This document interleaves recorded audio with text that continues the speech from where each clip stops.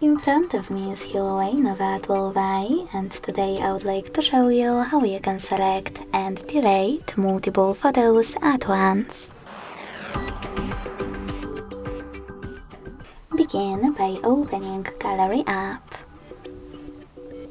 Now tap on Photos at the bottom left corner, or Albums right next to them.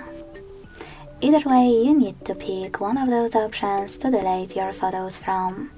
Let's start with Photos section.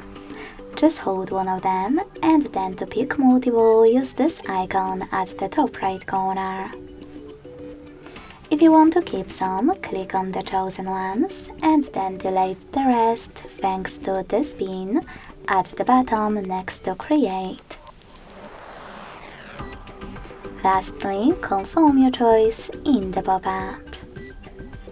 If you wish to delete photos from your albums, click on the chosen one, hold the photo, and this time use this type of icon at the top right corner.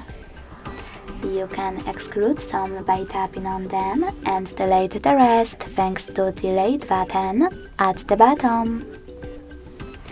Thanks so much for watching. If you enjoyed this video, leave a like, comment and subscribe. Bye!